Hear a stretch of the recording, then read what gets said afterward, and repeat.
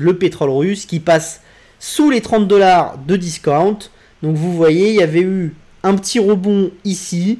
On a eu un petit rebond aussi ici avec une hausse de...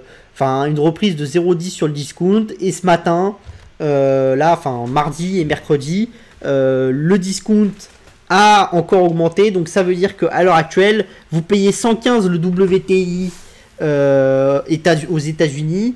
Et ben en fait, les Russes vendent leur pétrole aux alentours de 85 $, donc entre 80 et 85 $. Donc ça, c'est vraiment un élément clé à suivre. Pourquoi ? Parce que ce niveau de vente du pétrole et cette manière d'avoir un discount, plus il va être important, plus il va durer longtemps, et plus, entre guillemets, on va réussir à faire descendre les prix du pétrole et à garder ce discount actif, plus, entre guillemets, vous allez manger les capacités de la Russie d'obtenir des devises et donc de soutenir son effort de guerre. Et donc ça, c'est quelque chose d'important. Pourquoi aussi c'est important ? Parce que si on avait, comme vous l'avez raconté certains qui vous disent, bah il n'y a pas de problème, les Chinois et les Indiens vont acheter tout le pétrole des Russes et ça va bien se passer, bah on aurait eu une certaine stabilisation et là on l'a pas. Pourquoi ? Parce qu'en fait vous avez un grand jeu qui commence avec les traders chinois, les traders indiens et les acteurs du secteur pétrolier. C'est quoi ? C'est de proposer aux Russes d'acheter mais avec des discounts toujours plus importants en disant bah écoutez, les Européens peuvent pas consommer donc on vous propose tel tarif, puis on vous propose tel tarif, puis on vous propose tel tarif, et il y a des vrais traders chinois qui sont très agressifs là-dessus. J'ai vu passer un truc il y a pas longtemps avec un trader chinois qui a obtenu une cargaison, alors certes c'était une petite cargaison mais avec un discount de 55 $ sur le WTI. Donc là, ça commence à être important. Donc ça vous montre quand même la capacité, la tension que vous avez en Russie. Et c'est un problème parce que quand vous sortez du pétrole d'un puits, bah, il faut vraiment le vendre. C'est très difficile de stocker du pétrole. Donc vous avez besoin de le vendre à quelqu'un qui va l'utiliser. Donc vous commencez à avoir des choses. Et donc ça, c'est quelque chose qui va être intéressant parce qu'une guerre, ça dure longtemps. Hein. N'oubliez pas que tous ceux qui vous disaient ça va durer 2 semaines et tout, ça c'est fou. Oui, quand on est allé au Mali, on était face à des gens pas trop préparés. On est arrivé en 2 semaines, on avait récupéré et après c'était de la guerre d'opposition. Mais dites-vous que rien qu'en Irak, les Américains ils ont mis 40 jours avant de stabiliser le truc. Et vous êtes l'armée américaine contre l'armée irakienne. Et l'armée irakienne, elle s'est effondrée. Il y a eu une capacité de résistance qui a duré une semaine et demie. Puis après, ça a été surtout des poches d'insurrection qu'il a fallu mater et tout ça. Ils ont déjà pas réussi, les Russes, à faire effondrer l'armée ukrainienne. Et après, ils ont encore les poches d'insurrection et le combat de long terme. Donc, ils sont rentrés dans un combat qui peut durer des mois et des mois. Et donc, c'est vraiment quelque chose qu'il faut surveiller scrupuleusement, ce graphique-là. Parce que plus ça va durer longtemps, plus ce graphique-là va nous montrer le besoin des Russes d'aller à la table de négociation. Parce que plus ce graphique va se dégrader, et plus le pétrole WTI ne va plus monter, voire va descendre, plus le prix de vente va être bas. Et il faut savoir que le budget russe, il est à 40 $, le baril d'équilibre. Si on descend sous ces 40 $, ça commence à devenir compliqué pour la Russie.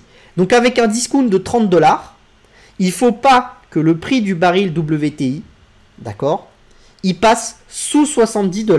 Donc on n'est pas du tout encore à ces 70 $, on est loin de là, il y a de la marge.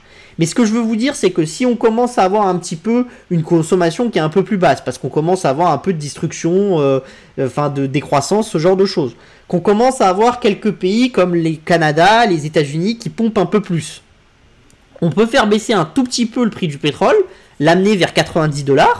Donc déjà, ça devient tendu pour les Russes. Et si en plus, les Chinois, les Indiens continuent à faire ce jeu de dire « bah nous, on vous l'achète, mais avec un discount toujours plus important » et que les Européens et les Américains continuent le système de sanctions, bah d'ici un mois et demi, on pourrait passer sous le seuil des 40 $ d'équilibre. Et là, ça forcerait Poutine à aller chercher un deal parce que ça serait très difficilement tenable pour l'économie russe.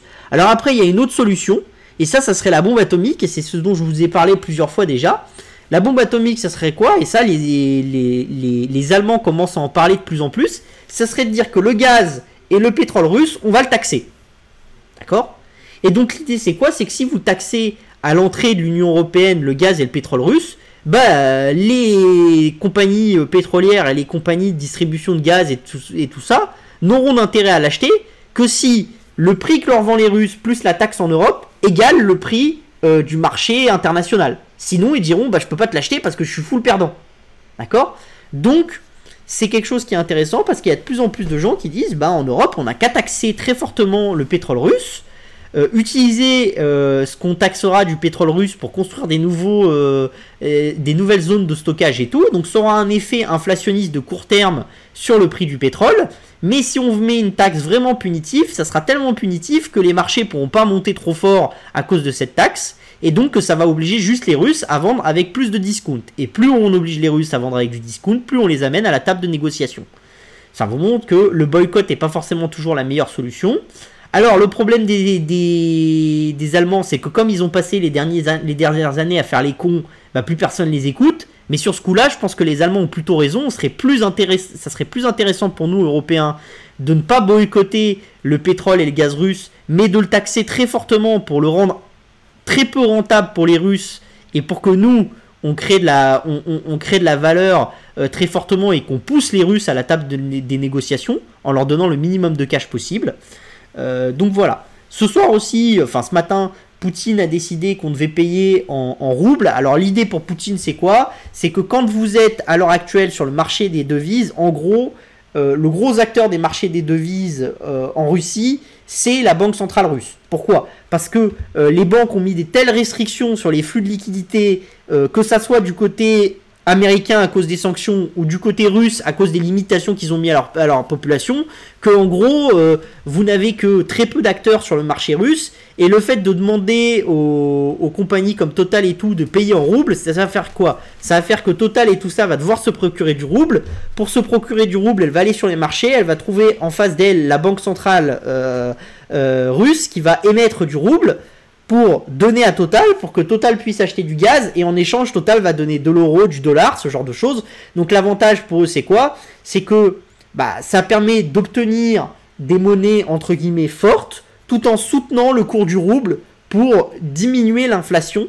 Donc ça montre quand même que s'ils arrivent à ce niveau-là, bah, l'inflation interne en Russie commence à être un problème et que la Banque centrale pense qu'il faut réussir à stabiliser la dépréciation du rouble pour ce genre de choses. Alors après, est-ce que ça marchera? Parce que la question est toujours la même chose. C'est-à-dire que si vous obtenez du rouble, vous avez du rouble, bah, c'est bien beau. Mais est-ce que Xiaomi, quand vous voulez lui acheter des téléphones, il va être accepté d'être payé en rouble?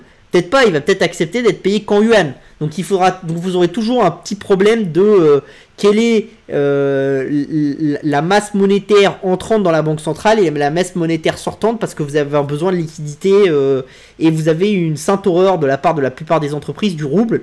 Donc ça, c'est des choses sur lesquelles il va falloir se poser des questions. Voilà.